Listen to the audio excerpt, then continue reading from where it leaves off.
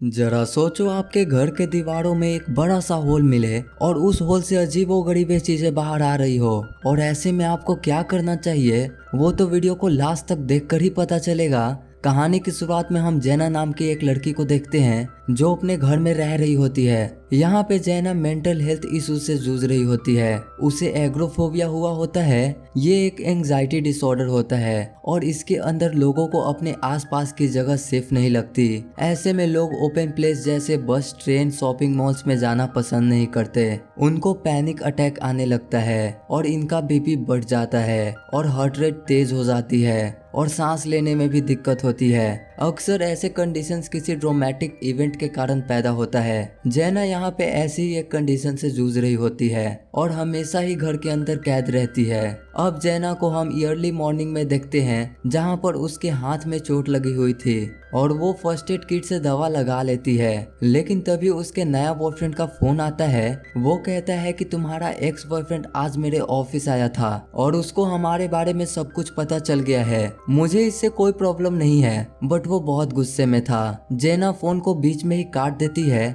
और फिर उसे अब उसके एक्स बॉयफ्रेंड का वॉइसमेल आता है। वो जैना से सॉरी कह रहा था और जैना से मिलना भी चाहता था। जैना का एक्स बॉयफ्रेंड काफी ज्यादा एब्यूजिव था और वो उसे कंट्रोल करता था और जैना इस रिलेशन से खुश नहीं थी, इसलिए उसने किसी और के साथ अफेयर डेवलप कर लिया था, जिसका न्यूज अब उसके एक्स बॉयफ्रेंड को पता चल गई थी। शायद इसके बाद ही जैना उसके एक्स बॉयफ्रेंड के बीच में कुछ बात हुई होगी, जिसके चलते जैना भागकर अपने घर आ गई थी। और ये घर जैना ने रिसेंटली ही खरीदा था। अब घर के अंदर खाना खत्म हो गया था तो जैना ऑनलाइन ही ऑर्डर करती है। फिर वो अपने बेडरूम के सामने पेंटिंग को लगाने जाती है। वो कील को ठोकती है, तभी दीवार में एक होल हो जाता है। जैना को लगता है कि दीवार के पीछे एक एम्प्टी स्पेस होगा जिसे दीवार से ढक दिया गया है। अब उसका ऑनलाइन फूड आता है, बट जैना में इतनी भी हिम्मत नहीं थी कि वो डोर खोलकर फूड को अंदर ले ले। उसका एग्रोफोबिया इतना बढ़ गया था कि उसको डोर खोलने में भी दिक्कत आ रही थी, लेकिन वो कैसे भी कोशिश करके फूड को अंदर ले लेती है। फिर जैना अपने फ्रेंड को टेक्स्ट मैसेज भेजती है जिसमें उस रूम के बारे में वो पूछती है। बेसिकली उसके फ्रेंड ने ही उसे ये घर बेचा था। खैर उस रात जैना उस दीवार पे लगी हुई होल को देखकर सो जाती है और अगले दिन जब वो उठती है तो उसे हल्की सी खांसी थी। वो अपने साइकोलॉजिस्ट डॉक्टर से बात करती है जो कि उसके प्रोग्रेस से उतना खुश नहीं है। वो उसे पर्सनली ऑफिस आने के लिए भी कहती है और वो जैना के खांसी को भी नोटिस करती है और एटलीस्ट मेडिकल शॉप पर जाने के लिए कहती है। जैना भी अब रेडी होकर जाने लगती है, बट एग्रोफोबिया की वजह से नहीं जा पाती और वो फिर से मेडिसिन को ऑनलाइन ही ऑर्डर करती है। और फिर जैना यूट्यूब वीडियोस देखकर मेडिटेशन करने की प्रैक्टिस करती है। वीडियो में गाइड ये कहती है कि तुम अपने मन में एक सिंहासन का कल्पना करो जो एक शक्ति का प्रतीक है और विजय का प्रतीक है। हम शक्तिशाली हैं। लंबी सांस लीजिए और उस सिंहासन पर बैठ जाइए और आराम करिए। इन सभी के बीच मेडिसिन आ जाता है जिसे जैना ले लेती है और उसका मेडिटेशन टूट जाता है और वो कभी भी ये ठीक से नहीं कर पाती। यहाँ पर जैना कफ सिरप को ड्रग्स की तरह पी रही होती है, लेकिन ऐसा बहुत लोग करते हैं जब उसके पास ड्रग्स नहीं मिलते। आज रात सोते टाइम वो होल को फिर से नोटिस करती है जिससे अब एक बाल निकला हुआ था।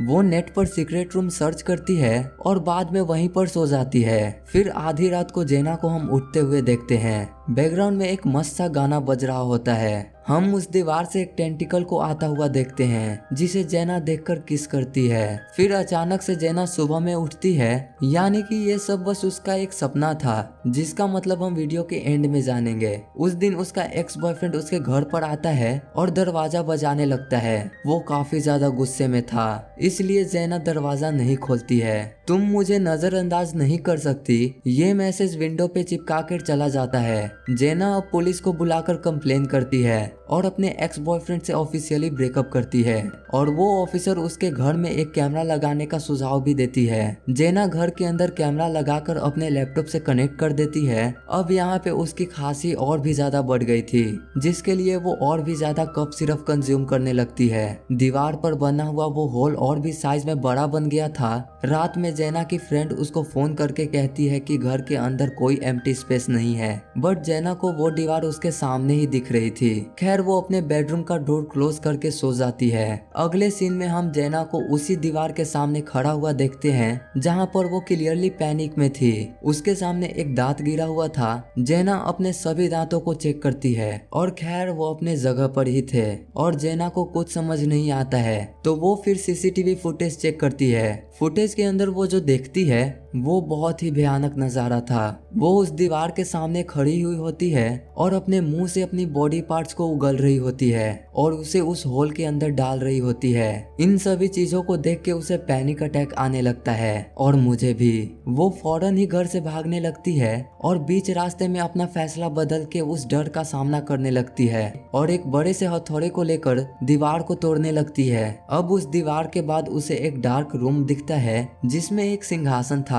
वो सिंहासन इंसानों के अंग से बना हुआ था। उसमें बहुत सारे हाथ, पैर और दांत जैसे बॉडी पार्ट्स लगे हुए थे। उसमें से एक हाथ जेना को अपने पास बुलाने लगता है और जेना उसके तरफ अट्रैक्ट होकर जाने लगती है। वो आराम से सिंहासन पर जाके बैठ जाती है जहाँ पर वो सिंहासन उसके सर पर दांतों का बना मुकुट को रखता है। कुछ पल के लिए जेना आनंद की अनुभूति में खो जाती है, बट उसके बाद वो सिंहासन उसे हर तरफ से पकड़कर शोषण करने लगता है और जेना तड़पने लगती है और अपने आप को छुड़ाने लगती है। फाइनली वो सिंहासन से उठकर हथौड़े से हमला कर देती है। अब अगले सीन में जेना को हम कार के सामने देखते हैं जहाँ पर उसने अपने कार पर ही हथौड़ा मार दिया होता है, यानी कि वो सिंहासन पर नहीं बल्कि अपने कार पर ही हथौड़ा मार रही थी। और यहाँ पर सुबह हो चुकी थी और वो घर के बाहर थी। जेना को पहली बार अच्छा लगने लगता है और उसे पैनिक अटैक भी नहीं आ रहा था और यहीं पे मूवी खत्म हो जाती है। तो गाइस मूवी की कंक्लूजन की बात करें तो हमें पता चलता है कि जेना पहले से ही एब्यूजिव लाइफ में थी